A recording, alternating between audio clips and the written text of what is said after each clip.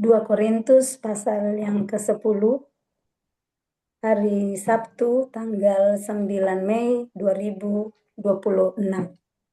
Sikap Paulus. Aku, Paulus, seorang yang tidak berani bila berhadapan muka dengan kamu, tetapi berani terhadap kamu bila berjauhan. Aku memperingatkan kamu demi Kristus yang lemah lembut dan ramah. Aku meminta kepada kamu, jangan kamu memaksa aku untuk menunjukkan keberanianku dari dekat. Sebagaimana aku berniat bertindak keras terhadap orang-orang tertentu yang menyangka bahwa kami hidup secara duniawi. Kita stop dulu sampai di ayat yang kedua. Di sini Paulus di ayat pertama dari perikop ini dengan perikop sikap Paulus. Sikap di sini ketetapan hati seseorang. Nah, Paulus mau menyatakan sikap hatinya dia bahwa dia mengatakan aku Paulus. Seperti kalau misalnya saya, aku Elma, aku Ayu, aku Wanda, aku gitu ya. Dia bilang seorang yang tidak berani bila berhadapan muka dengan kamu. Jadi dia mengakui di sini satu pernyataan yang mengatakan aku adalah Paulus, seorang yang tidak berani bila berhadapan muka dengan kamu, tetapi berani terhadap kamu bila berjauhan. Nah, ini sementara Paulus nulis surat di 2 Korintus ini, dia lagi berjauhan kan dengan orang Korintus. Nggak muka dengan muka, nggak duduk bertatapan, tetapi lagi berjauhan. Nah, Paulus bilang, aku tidak berani bila berhadapan muka dengan kamu, tetapi berani terhadap kamu bila berjauhan. Apa yang dia berani? Aku memperingatkan kamu demi Kristus yang lemah lembut dan ramah. Nah, kita lihat kan ada orang kalau berhadapan muka dengan muka nggak sevokal seperti kalau jauh gitu. Tapi ada banget kalau lagi ada perdebatan, ada rapat atau apa, kita ketemukan kan di dalam komunitas-komunitas kita atau pelayanan di mana-mana itu, apakah di organisasi, di gereja, kita sangat bisa melihat ada orang-orang vokal ya, orang yang gampang sekali mempertahankan kebenaran yang dia pikir. Nah, tetapi ada juga orang yang nggak terlalu kelihatan di sana, tetapi saat jauh dia bisa nitip pesan sama orang ataukah dia tulis surat. Nah, kurang lebih ini yang Paulus mau nyatakan bahwa dia adalah seorang yang tidak berani bila berhadapan muka dengan orang. Nah, pertanyaannya sekarang, saya apakah seperti Paulus sikap saya? Kan ada orang bisa vokal banget di belakang ya. Ada misalnya satu kisah, satu teman yang mau dicerita, tapi di depan teman itu baik-baik aja, nggak keluarin yang maksud hati sebenarnya. Tapi kalau di belakang, dia cerita sama orang lain, ih, bangkit sekali semangat, iya harusnya begini, harusnya begitu. Di belakang baru dia berani, tapi di depan enggak. Nah, kurang lebih seperti itu kita bisa belajar dari sikap yang Paulus bilang ini. Apakah aku berani di depan orang yang tentang kebenaran, saya berani menyatakannya atau cuman di belakang aja? Nah, ini Paulus mengatakan aku tetapi berani terhadap kamu bila berjauhan, di mana dalam hal ini dia memperingatkan orang-orang di Korintus demi Yesus yang lemah, lembut, dan ramah. Dia mau memperkenalkan tentang Yesus yang lemah, lembut, dan ramah. Lemah lembut saya sudah bagi dulu, seperti yang Yesus bagi di Matius pasal 5, berbahagialah orang yang lemah lembut, karena mereka akan memiliki bumi. Nah, kita bisa ingat ini ya di Matius 5 ayat 5. Itu pernyataan Yesus di khotbah di bukit, berbahagialah orang yang lemah lembut, karena mereka akan memiliki bumi. Ternyata orang-orang yang memiliki bumi adalah orang-orang yang lemah lembut. Dan ini Paulus perkatakan kepada orang Korintus bahwa dia memperingatkan orang Korintus demi Yesus Kristus yang lemah lembut dan ramah. Nah, lemah lembut dalam hal ini banyak kita yang salah ngerti tentang lemah lembut. Kita pikir lemah lembut itu kalau orang ngomongnya pelan-pelan sekali. Halo, apa kabar? Nah, kalau yang seperti saya yang agak lebih ke semangat ya, mungkin saya nggak masuk di kategori yang orang pikir lemah lembut gitu, karena ngomong orang yang lemah lembut itu, ya apa kabar ya, kamu baik-baik ya. Banyak hal lah yang kurang lebih orang bisa bikin seperti itu, Lustig nicht. dan Ich habe so eh, einen Rock und meine Unterhose noch da, dalam hal ini weil nachher muss in kita bisa lihat schmutzige Wäsche. Jetzt in dem Korb. sebentar, dalam hal ini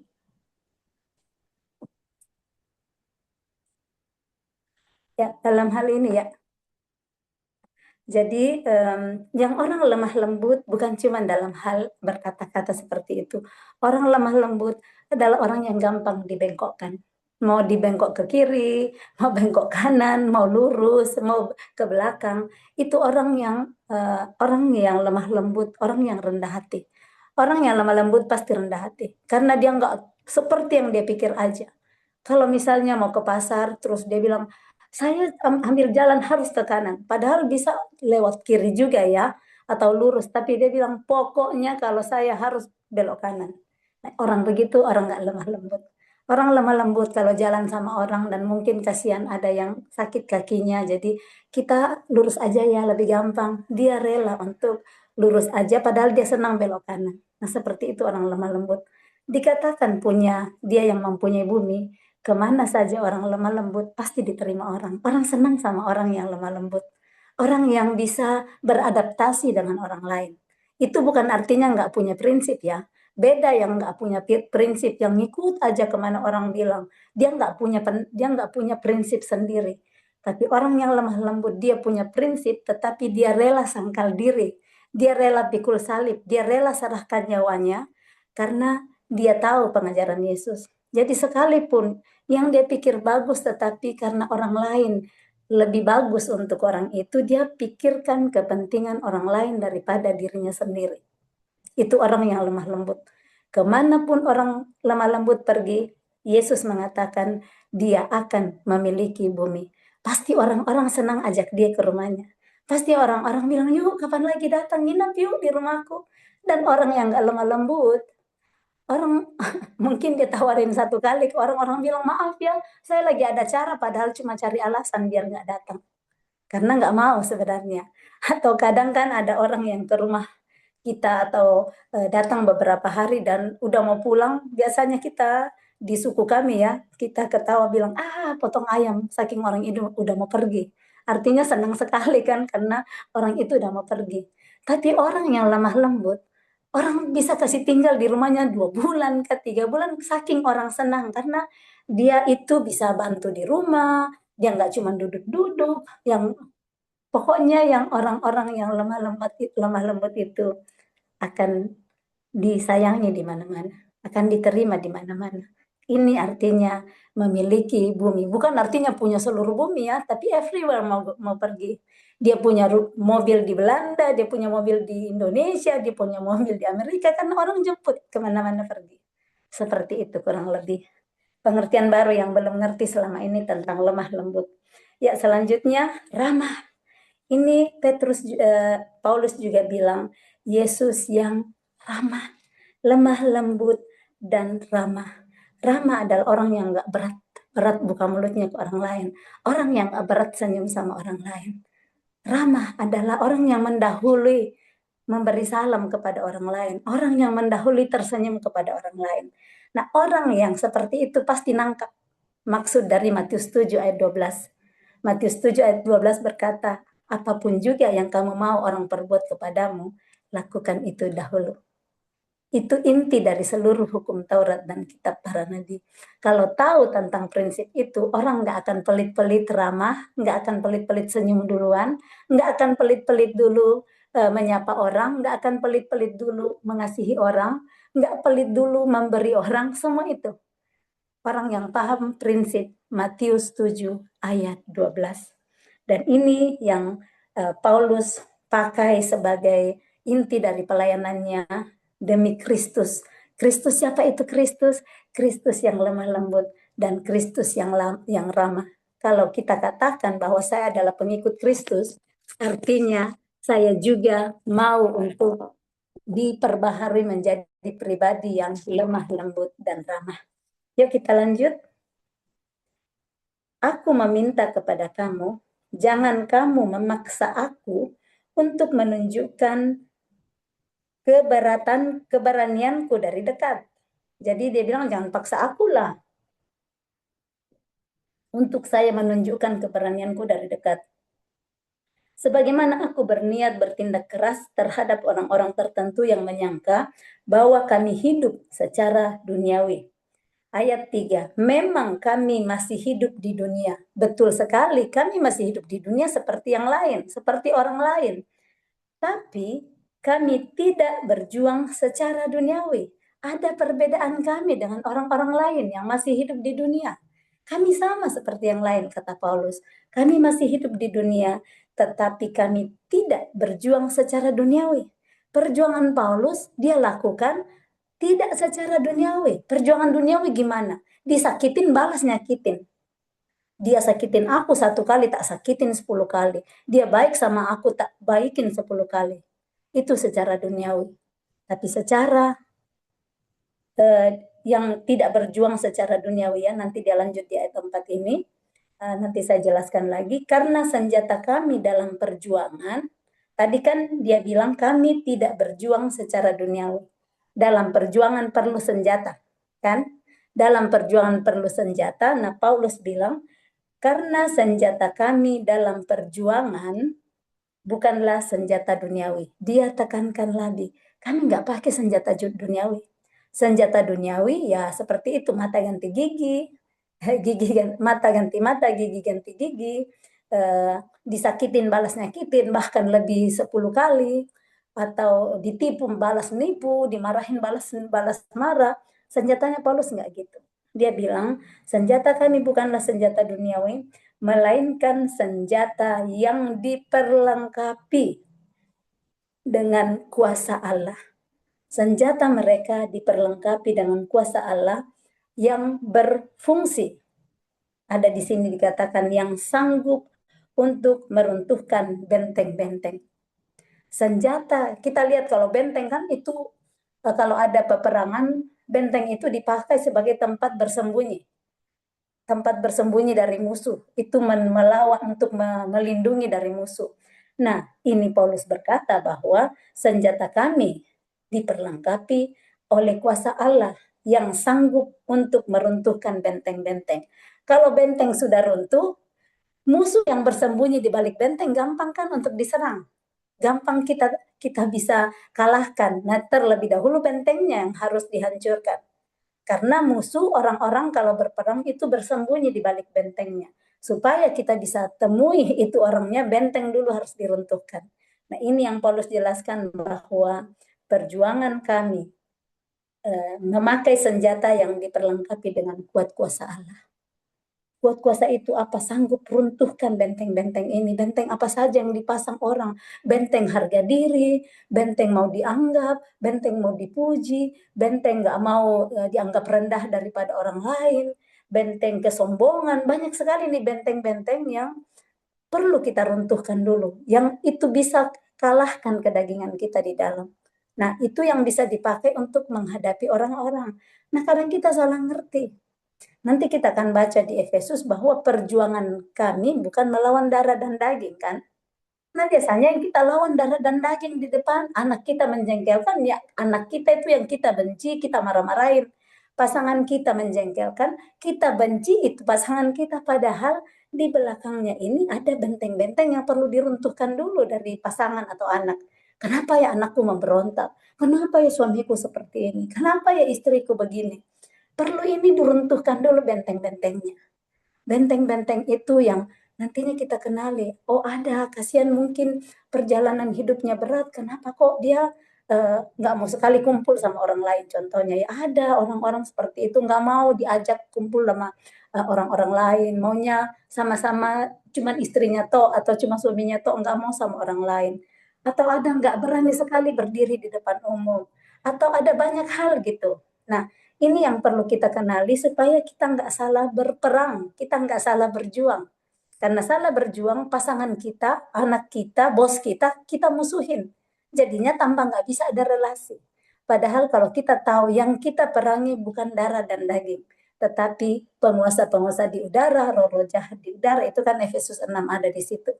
Tapi nanti kita pelajari lagi pas kita masuk di pembacaan Efesus. Cuman untuk sekedar melihat dulu bahwa saat kita berjuang ada yang perlu dihancurkan, dan yang ini dikatakan ada kuasa Allah di balik senjata kami yang sanggup meruntuhkan benteng-benteng. Nah, kuasa kita itu apa? Di mulut kita. Mulut kita ada kuasa, sanggup sekali runtuhkan benteng-benteng. Nah, kalau selama ini kita salah pakai ini senjata kita, mulut kita. Kita cuma pakai nyerang dengan kata-kata. Pakailah sekarang. Karena hidup dan mati dikuasai lidah, siapa suka menggemakannya akan memakan buahnya. Mau apa yang dituai? Kalau mau dapat tomat, tanamlah tomat. Kalau mau dapat duren, tanamlah duren. Tapi kalau tanam duren baru mengharapkan dapat semangka, nggak akan mungkin. Seperti itu. Apa yang aku tabur, kemarin kan kita baca ya. Ingat 2 Korintus 9 kemarin ayat 6. Camkanlah ini, orang yang menabur sedikit akan menuai sedikit juga. Dan orang yang menabur banyak akan menuai banyak juga. Seperti itu. Nabur cuma 1 biji durian, mengharapkan ladang durian besar sekali datang 1 hektar, nggak bisa. Harus tanam biji durian di 1 hektar lahan itu. Nah, seperti itu mengharapkan kebaikan bos, tapi nggak pernah baik sama bos, cerita bos di belakang, kritik bos, mana mungkin bos mau baik sama kita kalau seperti itu. Tanam dulu, mulai dulu, senjata kita pakai mulut kita memberkati.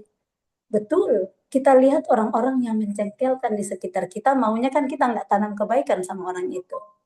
Maunya kita balas. Tapi firman Tuhan lain bilang, Roma 12 ayat 21.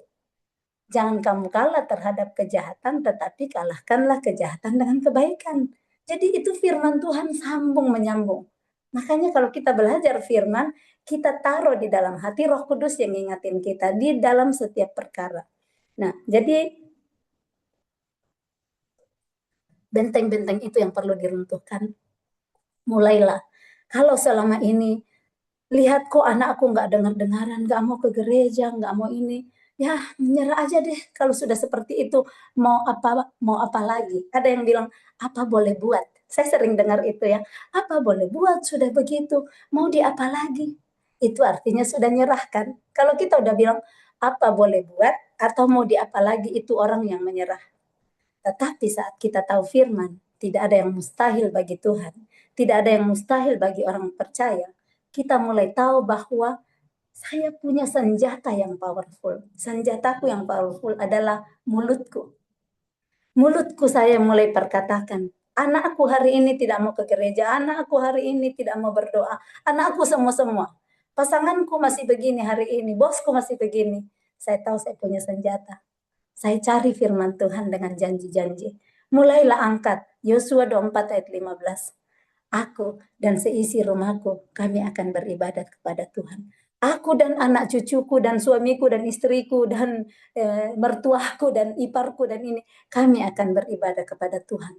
Perkatakan setiap hari, deklarasikan firman ini. Jangan asal deklarasi, tapi imani dan percayai sampai waktunya Tuhan membuka pintu-pintu yang selama ini kelihatan tidak mungkin dalam hidup kita. Tapi diperlukan kesabaran. Sabar, jangan bilang, iya saya sudah 1 minggu tiap hari, saya nggak tidur, siang malam saya bilang, aku dan saya isi rumahku, kami akan beribadah pada Tuhan. Kok anakku masih begini ya? Kok suamiku masih gini ya? Butuh waktu. Sabar saat tanam biji duren, nggak 1 minggu sudah tumbuh duren kan? Tunggu dulu beberapa waktu, sudah mulai keluar tunas, siram, lanjutkan sampai tumbuh, dan menghasilkan buah. Ada proses untuk kita mencapai satu kerinduan di dalam hidup kita. Tapi kalau kita nyerah, kita nggak akan pernah memetik buah durian ya. Kalau lihat, nggak tumbuh-tumbuh ini duriannya, saya nggak usah siram, nggak usah, tinggalin aja. Nggak akan pernah menikmati buah duriannya. Ya, kita lanjut dulu. Ayat yang kelima. Kami mematahkan setiap siasat orang dan merubuhkan setiap kubu yang dibangun oleh keangkuhan manusia untuk menentang pengenalan akan Allah. Jadi tadi itu sudah ada intinya, Paulus bilang kami pakai senjata yang diperlengkapi dengan kuasa Allah. Dengan senjata yang diperlengkapi kuasa Allah, itu firman Tuhan ya. Senjata yang diperlengkapi kuasa Allah adalah firman Tuhan. Itu sanggup, satu, meruntuhkan benteng-benteng, dua, ayat 5 itu, mematahkan setiap siasat orang. Orang mau siasatin apa kita, apapun kita, mau coba tipu-tipu kita, mau coba supaya kita jatuh, sanggup. Roh Kudus sanggup nolong. Mungkin betul kita lewatin dulu ya, seperti Ayub, dilewatin dulu. Tetapi pada dasarnya nanti, lewat perjuangan-perjuangan ditipu orang, dikhianati, atau apa semua, kita dibentuk di sana menjadi pribadi yang lebih kuat, menjadi pribadi yang semakin bijaksana, menjadi pribadi yang berhati-hati, nggak asal percaya orang aja. Nah, ini proses-proses yang kita lewati, tapi Tuhan pasti memberikan di sana sesuatu yang berharga untuk kita saat kita rela untuk masuk dalam proses. Nah, ini jadi sanggup untuk mematahkan setiap siasat dan merubuhkan setiap kubu. Jadi kalau ada siasat, ada kubu, ada benteng-benteng, firman Allah sanggup untuk mematahkan semua. Tahu dulu, karena kalau kita nggak tahu itu, kita akan pandang enteng firman Tuhan. Kita nggak akan lihat betapa berkuasanya firman. Nah, kami mematahkan setiap siasat orang dan merubuhkan setiap kubu yang dibangun. Kubu itu dibangun oleh apa? Keangkuhan manusia. Keangkuhan manusia itu untuk menentang pengenalan akan Allah.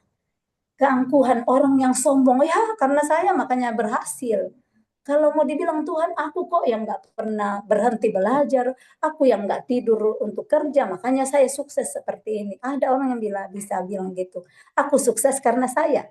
Aku sehat karena aku rajin gimnastik, aku rajin lari, aku makan, saya atur pola makan semuanya karena aku mau bikin apapun, tapi hidup dan mati kita di tangan Tuhan. Saya ingat satu aktor Indonesia ya, yang saya ingat sekali, dia fit sekali kelihatan, Aji Mas Said, mungkin ada yang kenal. Dia itu kan meninggal habis olahraga ya, padahal dia fit sekali kalau mau dilihat seperti itu. Jadi eh, hidup dan mati kita dikuasai oleh Tuhan dan dikuasai lidah kita. Jangan sombong. Saat punya kesehatan kelihatannya bagus sekali kesehatan, kelihatan sukses perusahaan, kelihatan sukses di mana-mana. Percayalah, semua yang kita punya hanya karena anugerah Tuhan. Betul ada bagian kita di sana, tapi jangan sombongkan itu. Satu kali saja Tuhan ambil habis semua. Saya cerita sama adik saya kemarin, dia bilang ada teman kerjanya yang mereka join bareng, sukses sekali di jaya-jayanya sekarang. 2 hari lalu tiba-tiba meninggal.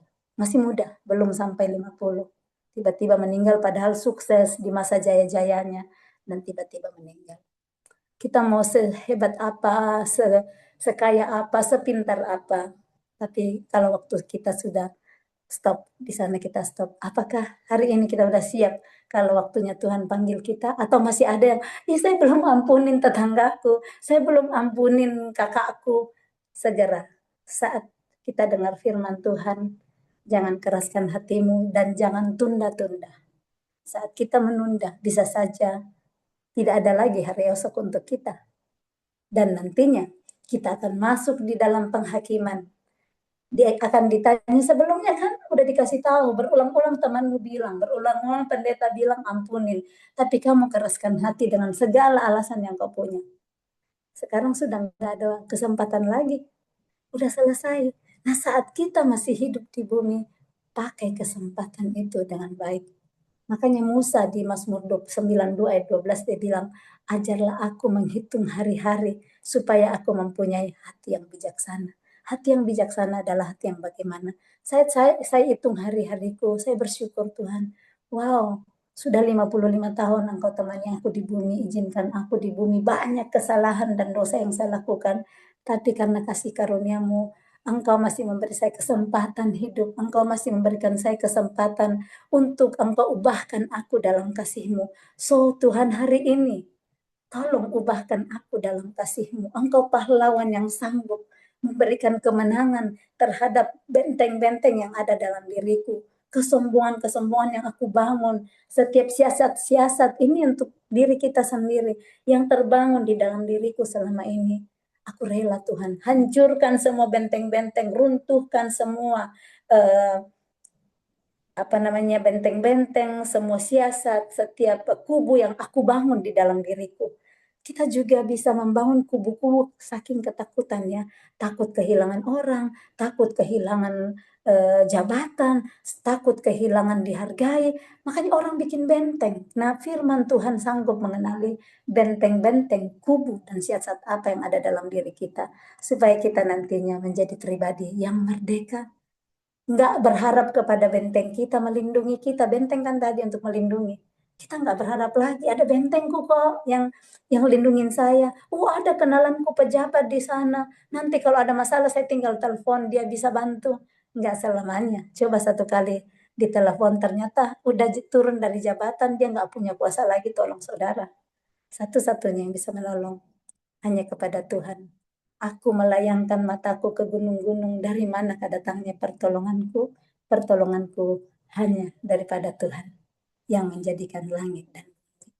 Mazmur 121 ayat 1 dan 2. Mari kita berkata hari ini, pertolonganku satu-satunya hanya asalnya daripada Tuhan. Dan di sini saya mau untuk mematahkan setiap siasat, aku mau merobohkan setiap kubu, dan aku mau untuk menawan segala pikiran dan menaklukkannya kepada Kristus. Segala aksi kita dimulai dari pikiran. Saat kita mau untuk mengubahkan pikiran kita mau berpikiran seperti Kristus, segala aksi kita, respon kita, cara kita berbicara ke orang, cara kita melihat orang, cara kita menghadapi masalah, itu akan berubah.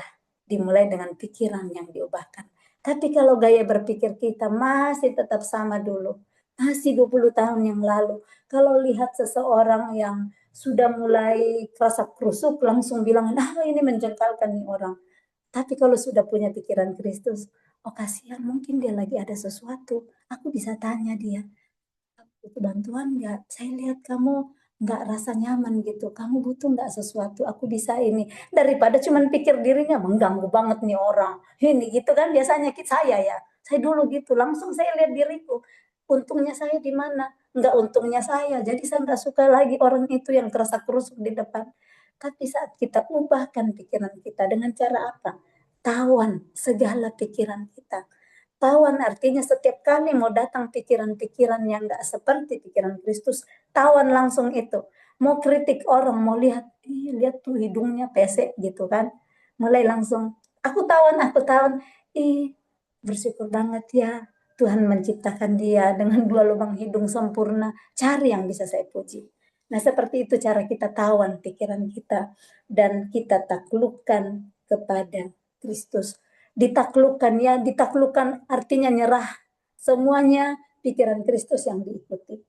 Takluk, kita taat menjadi hamba saat kita takluk kepada seseorang. Nah, saat pikiran kita taklukkan kepada Kristus, pikiran asli kita matikan semua dan siap aja, siap Tuhan. Nggak bilang, iya tapi kan sampai begini dan begini. Orang-orang yang belum mau berubah pasti akan punya jawaban yang membenarkan dirinya. Akan ada terus. Contoh orang yang merokok. Kalau dibilang rokok, iya aku kan cuman okasional itu, sekali sebulan aja aku rokok. Kan nggak sering-sering. Akan ada alasan yang membuat dirinya tidak merasa bersalah melakukan itu. Ya, jadi kenali diri kita kalau kita masih lihat, mencari alasan-alasan yang membenarkan apa yang saya lakukan. Padahal memang udah dia tahu nggak bagus. Artinya kita masih perlu menghancurkan benteng-benteng yang ada dalam diri kita, kubu-kubu yang kita pasang, supaya saat kita lihat betul merokok, saya akan bilang, ya benar sekali ya, saya mau stop semua, biar cuma sekali sebulan, saya akan stop. Tapi orang yang bilang, kan sekali-sekali, kalau kumpul sama orang kan nggak enak, kalau cuma saya sendirian nggak rokok. Itu alasan-alasan yang bisa dipakai. pakai prinsip, pakai sikap. Di antara orang lain, orang mau bikin apa mereka mau, kita punya prinsip tersendiri. Yang berikut ayat yang saya ulang ayat 5 ya. Kami mematahkan setiap siasat orang dan meruntuhkan setiap kubu yang dibangun oleh keangkuhan manusia untuk menentang pengenalan akan Allah. Kami menawan segala pikiran dan menaklukkannya kepada Kristus, dan kami siap sedia juga untuk menghukum setiap kedurhakaan bila ketaatan kamu telah menjadi sempurna. Saat ketaatan seseorang menjadi sempurna, orang itu bisa ini menghukum setiap kedurhakaan.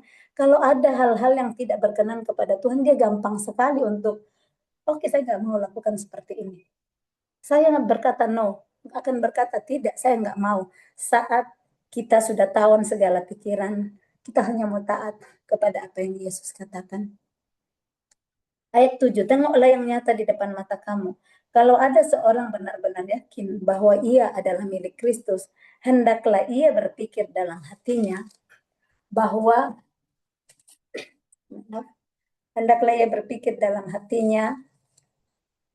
kami juga adalah milik Kristus sama seperti dia. Bahkan jikalau aku agak berlebih-lebihan bermegah atas kuasa yang dikaruniakan Tuhan kepada kamu untuk membangun dan bukan untuk meruntuhkan kamu, maka dalam hal itu aku tidak akan mendapat malu. Tetapi aku tidak mau kelihatan seolah-olah aku menakut-nakuti kamu dengan surat-suratku. Sebab kata orang, surat-suratnya memang tegas dan keras, tetapi bila berhadapan muka, sikapnya lemah dan perkataan-perkataannya tidak berarti. Tetapi hendaklah orang-orang yang berkata demikian menginsafi bahwa tindakan kami bila berhadapan muka sama seperti perkataan kami dalam surat-surat kami bila tidak berhadapan muka. Jadi ini Paulus menyatakan bahwa dia sikapnya itu, sikap mereka tetap sama waktu berhadapan muka dengan muka ataupun hanya lewat surat. Jadi mungkin karakter Paulus aja yang menurut orang ya kalau ketemuan kita nggak seperti kalau suratnya yang benar-benar menekan kita gitu, tegas sekali. Tetapi Paulus menekankan di sini bahwa mereka sama saat berhadapan muka dan perkataan-perkataan lewat surat-surat. Nah, ini juga yang kita perlu pelajari untuk kita belajar di sini. Kadang kan kalau kita cuman kenal orang dari jauh, misalnya kita cuman kenalan lewat Facebook, kita kenalan lewat WhatsApp, chat-chatan, bicara-bicara, tapi kalau ketemu pasti ada banyak hal yang nggak seperti yang kita imagine tentang orang itu. Banyak kita kan taruh orang, tinggi banget, dia rohani sekali, apalagi posting ayat tiap hari. Ketemu, ternyata cepat marah, cepat sensitif, itu habis makan dia tinggalin aja piringnya, nggak mau bantu-bantu orang lain. Itu kita akan kenal orang saat kita sudah hidup bersama. Cuma saat kita dekat sama orang, kalau cuma setengah hari nggak bisa juga. Ada pendeta, Pak Pendeta Ridwan Huta Barat ya, dia bilang, kalau kamu mau kenal saya, datanglah di rumahku tinggal 6 bulan. Baru kamu kenal saya, siapa saya sesungguhnya. Karena kalau cuma dengar saya di depan, bicara begini, itu baru kulit luar. Tapi kalian bisa lihat saya saat kalian benar-benar hidup sama saya. Jadi jangan langsung menghakimi orang saat lihat dari luar, baik sekali, tunggu dulu pergi hidup sama-sama. Atau jahat sekali ya, dia ini sekali, cobalah dulu. Enggak sebulan, coba aja 1-2 hari. Nah, 1-2 hari pasti masih yang baik-baik ya. Kita biasanya kan kalau terima tamu, saya biasa bersihkan rumah biar senang. Tapi kan sesudahnya lama-lama ya, urus sendiri gitu. Nah, kita akan lebih kenal orang saat kita sudah hidup bersama. Kita lebih kenal setelah kita lama-lama kenal orang itu. Kita nggak bisa bilang orang ini seperti ini saat kita cuma kenal dari kulit-kulit luarnya saja. Ya, kita lanjut pendapat Paulus tentang dirinya. Tadi sikap Paulus, sekarang pendapatnya tentang dirinya. Ternyata kita butuh juga melihat diri kita seperti apa. Dan ini Paulus mau kasih contoh kepada kita. Karena kadang kita cuma dengar apa kata orang tentang kita. Iya, kamu baik sekali, kamu ini sekali. Kita dengar kata orang, tapi bagaimana kita melihat diri kita sendiri? Karena orang bisa mempunyai banyak topeng. Orang bisa bertopeng hijau di pekerjaan, bertopeng merah di gereja, bertopeng kuning di rumah, bertopeng kuning di tengah-tengah teman. Kita sangat pintar sekali pakai topeng. Bagaimana kita menjadi orang yang tidak ada topeng dimanapun kita berada. Dan pasti itu mungkin kalau kita mau untuk ditolong oleh Roh Kudus. Mari kita lihat pendapat Paulus tentang dirinya ayat 12. Memang kami tidak berani menggolongkan diri kepada atau membandingkan diri dengan orang-orang tertentu yang memujikan diri mereka. Mereka mengukur dirinya dengan ukuran mereka sendiri dan membandingkan dirinya dengan diri mereka sendiri. Alangkah bodohnya mereka. Jadi ini Paulus mau katakan kami nggak berani itu menggolongkan diri kepada, maksudnya kepada satu golongan, atau membandingkan diri dengan orang-orang tertentu yang memujikan diri sendiri. Kadang kan orang yang muji diri sendiri, promosi diri sendiri. Nah ini Paulus bilang, sayang kami nggak mau banding-bandingkan diri dengan orang lain. Karena banyak sekali kan orang banding-bandingkan, oh iya saya lebih baik dari dia, saya lebih jujur dari dia itu suka bohong, dia itu pelit, dia itu malas. Sering kan kita pakai seperti itu, membandingkan dengan diri kita. Dengan anak sendiri pun kita bisa bandingkan, iya anakku lebih kurang rajin, saya rajin, atau saya malas, anak saya rajin.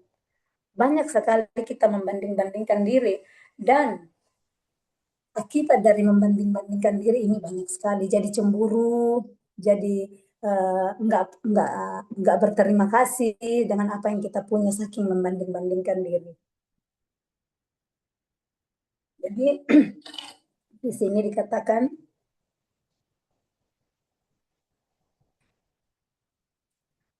mereka mengukur dirinya dengan ukuran mereka sendiri dan membandingkan dirinya dengan diri mereka sendiri. Mereka yang jadi tolok ukur. Pakai dirinya jadi tolok ukur. Dan tolok ukur itu dia yang terbaik, kan? Cara kerja, misalnya cara cuci piring, saya yang terbaik cara cuci piringnya. Kalau nggak seperti kita, nggak bagus. Nah, yang lain juga pakai tolok ukurnya juga. Jadi, pakai tolok ukur menurut diri sendiri. Nah, dia bilang di sini, alangkah bodohnya mereka. Jadi, orang yang mengukur dirinya dengan ukuran diri sendiri, membandingkan diri dengan diri sendiri, Paulus katakan, alangkah bodohnya. Nah, paling sering kan kita ambil ukuran itu dari kita. Kita harus seperti yang orang kita minta, orang seperti kita. Yang saya pernah bagi dulu ya, kalau suami bantu saya cuci piring, kan tolak ukur saya cuci piring bersih, caraku bersih. Jadi kalau dia tolak ukurnya sudah dia juga. Kalau dia membantu saya masih tinggal biasa di wastafel itu masih ada bekas sayur atau apa, untuk saya kan nggak bersih itu. Atau terciprat di dinding, nah maunya saya kan dilap seperti itu. Nah menurut dia tolak ukurnya ya sudah seperti itu, udah syukurlah ada bantu cuci piring, terus nggak apa-apa lah kalau ada sedikit bekas sayur di bawah, harus bersih begitu. Tapi tolak ukur saya harus dilapih itu di dinding, terus diangkat semua kotoran, itu baru saya senang. Nah, tapi kan tolak ukur orang lain berbeda, dan itu yang bisa menjadi masalah di dalam relasi saat kita cuman memakai diri kita sebagai ukuran dan kita yang terbaik. Nah, disinilah bisa masuk juga yang lemah lembut tadi ya. Kita bisa, oke, dia caranya seperti itu, caraku seperti itu. Nah, kalau saya nggak puas dengan apa yang dia bikin, aku ambillah sendiri lap untuk lap dinding-dinding yang nggak bersih waktu dia cuci piring. Daripada saya bilang, oh kamu salah, kamu ini marah-marahin dia. Tambahlah orang bilang nggak bersyukur nih perempuan.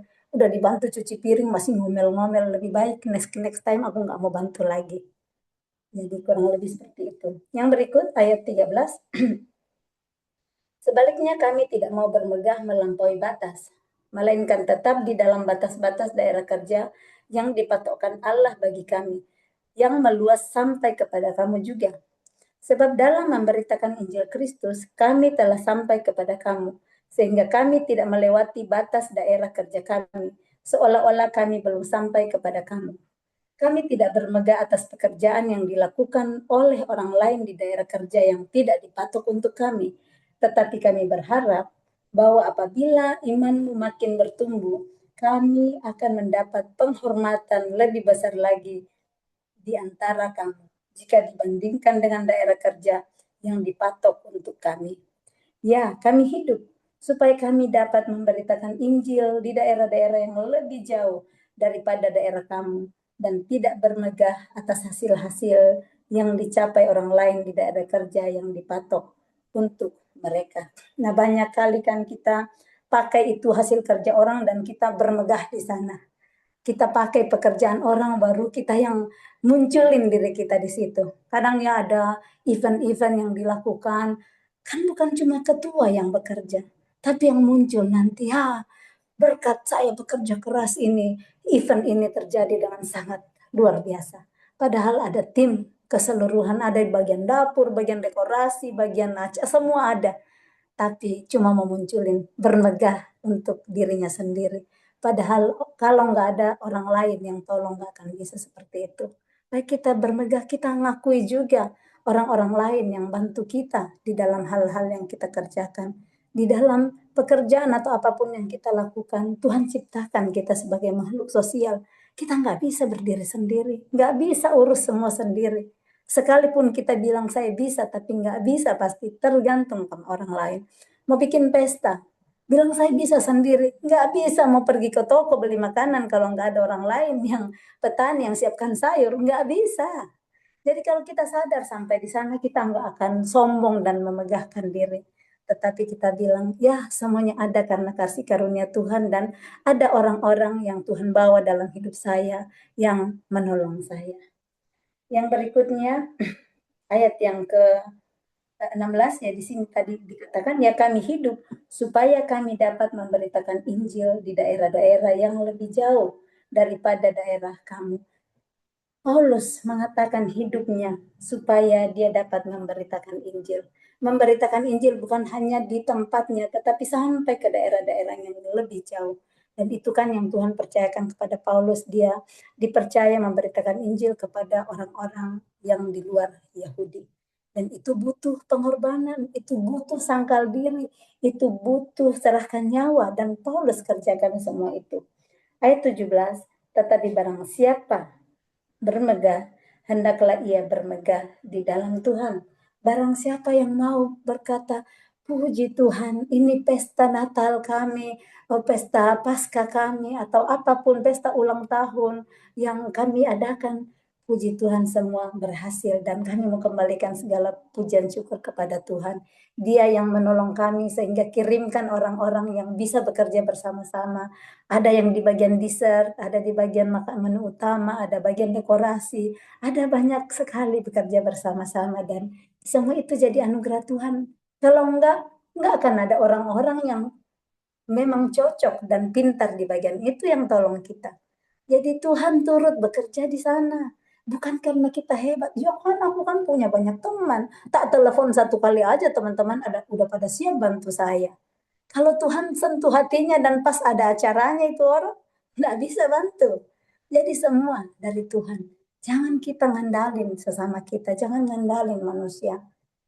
Terkutuklah orang yang mengandalkan manusia, yang mengandalkan dirinya sendiri. Yeremia 17 ayat 5. Tetapi ayat 7 Yeremia 17 berkata, tetapi diberkatilah orang yang mengandalkan Tuhan, yang menaruh pengharapannya kepada Tuhan. Andalkan Tuhan, taruh harapan kepada Tuhan. Jangan andalkan manusia, jangan andalkan orang kenalan yang top, jangan andalkan suami yang hebat, jangan andalkan istri yang hebat. Satu urat aja yang digeserkan di sana, udah masuk ke ICU. Andalkan Tuhan. Ini firman Tuhan. Kalau kita mau pegang ini, kita akan takut untuk mengandalkan manusia. Yeremia 17 ayat 7 ayat 5 tadi ya. Terkutuklah orang yang mengandalkan manusia, yang mengandalkan dirinya sendiri. Jadi bukan cuma ngandalin manusia, tapi kalau kita ngandalin diri kita sendiri. Ada orang yang bisa bilang, nggak mungkin bisa jadi tuh kalau saya nggak ada. Kan? Acaranya nggak bisa jadi kalau tanpa saya. Mungkin dia nggak sebutkan di mulutnya, tapi di hatinya dia pikir seperti itu. Hati-hati, orang yang sombong akan direndahkan, tetapi orang yang rendah hati akan ditinggikan oleh Tuhan. Jadi bermegahlah di dalam Tuhan, sebab bukan orang yang memuji diri yang tahan uji, melainkan orang yang dipuji Tuhan. Kalau kita lihat orang-orang yang suka puji diri sendiri, suka puji pekerjaannya sendiri, ini ternyata Dikatakan bukan orang yang memuji diri yang tahan uji. Orang yang suka memuji diri, ternyata dia bisa jatuh. Dia nggak bisa jatuh, tidak tahan uji. Tetapi orang-orang yang tahan uji adalah orang yang dipuji Tuhan. Bagaimana Tuhan bisa memuji orang? Adalah saat kita melakukan sesuatu dan hanya bermegah di dalam Tuhan.